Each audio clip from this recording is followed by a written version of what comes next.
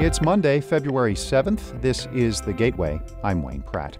Jazz St. Louis president and CEO Dobbs Bradford leaves this week to lead the Savannah Music Festival in Georgia. But he's excited for the organization he's led for the past 20 years. I'm so optimistic about the future of jazz in St. Louis. I'm seeing so many musicians who are, recently out of college, and the music that they're making is at a really high level. Bradford talks to St. Louis Public Radio's Chad Davis about jazz and his next steps in just a few minutes.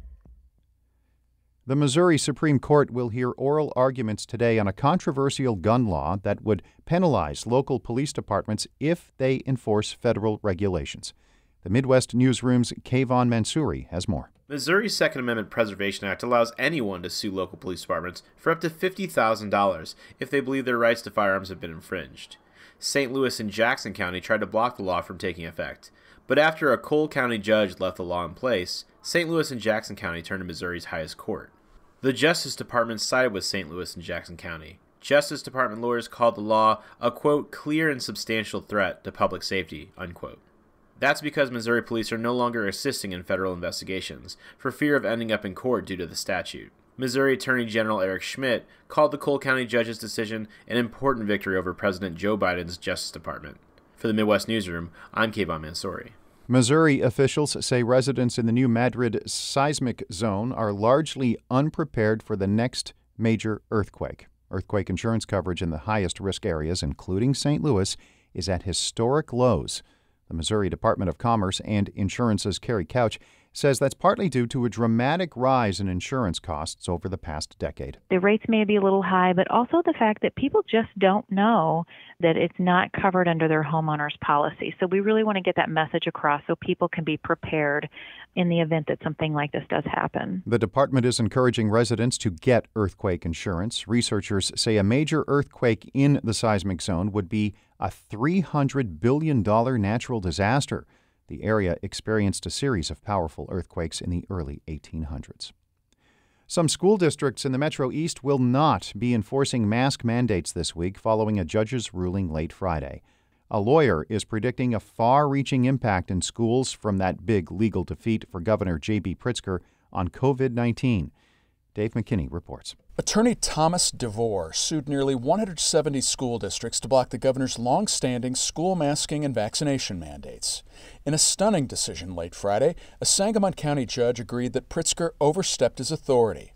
DeVore says school systems that want to keep masking and vaccination requirements now are doing so at their own legal peril, even districts not part of his lawsuit. If they want to try to make children that aren't named in this case wear a mask, they're breaking the law, according to this judge. Chicago Public Schools Saturday said it's not changing its masking and vaccination requirements, and Pritzker and Attorney General Kwame Raoul are appealing Friday's court ruling. This is Dave McKinney. Illinois Governor J.B. Pritzker's bid to offer savings at the gas pump is running into opposition from an influential labor union.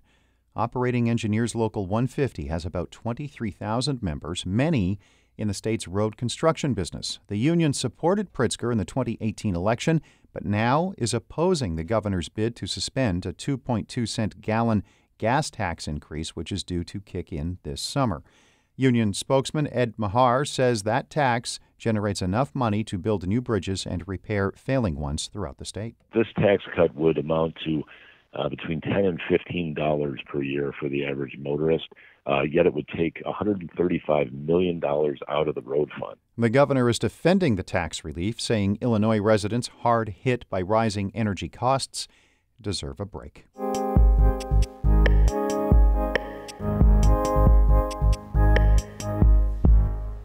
Jazz St. Louis president and CEO Dobbs Bradford steps down this week after more than 20 years at the helm of the organization.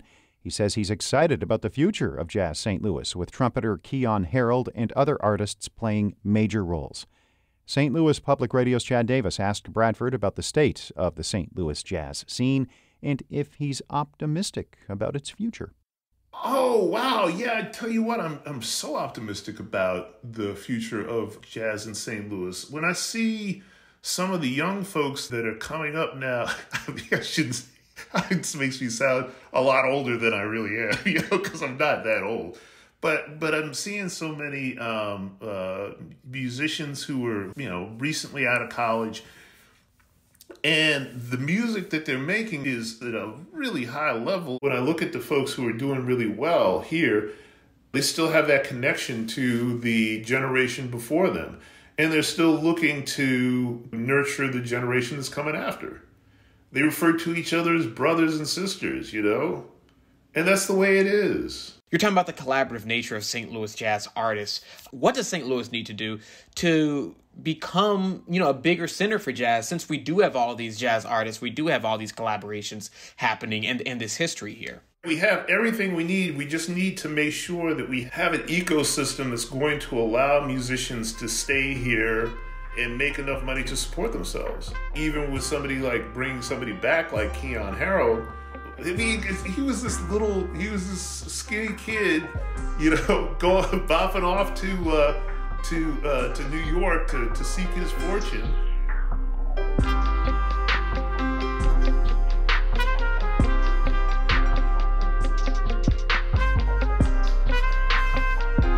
And now he's coming back like the conquering hero, and he's all about,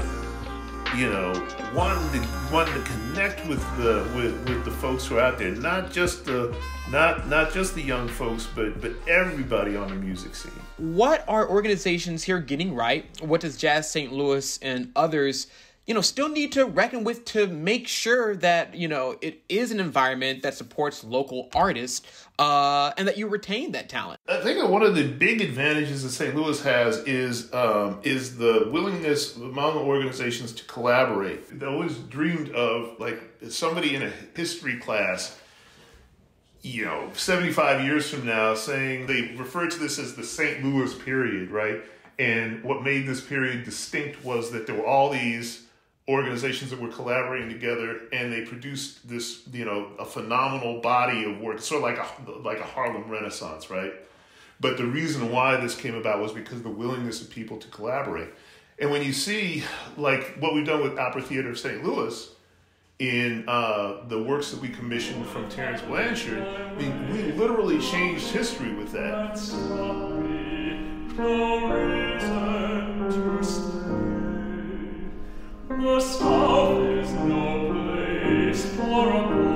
Obviously, you'll be heading to Savannah, Georgia for the Savannah Music Festival.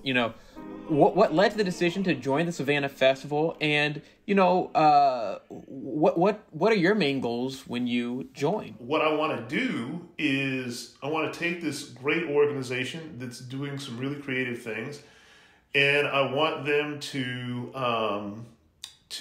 really serve the whole of the community. I think that they have the same challenges that a lot of other arts organizations have when it comes to diversity, equity, inclusion. And I think that the ways that we can start to address that are, one, by making more connections within the community, but also looking at our programming, and as good as it is, looking at it with an eye towards bringing in those new audiences, more audiences of color, younger audiences, and do it in a way that the folks who have been supporting it for a long time, they'll embrace it. That was Outgoing Jazz St. Louis President Gene Dobbs Bradford speaking with St. Louis Public Radio's Chad Davis. Our David Casares edited that report. Shula Newman is the executive editor of St. Louis Public Radio, a listener-supported service of the University of Missouri St. Louis. Music by Ryan McNeely of Adult Fur. I'm Wayne Pratt. This has been The Gateway.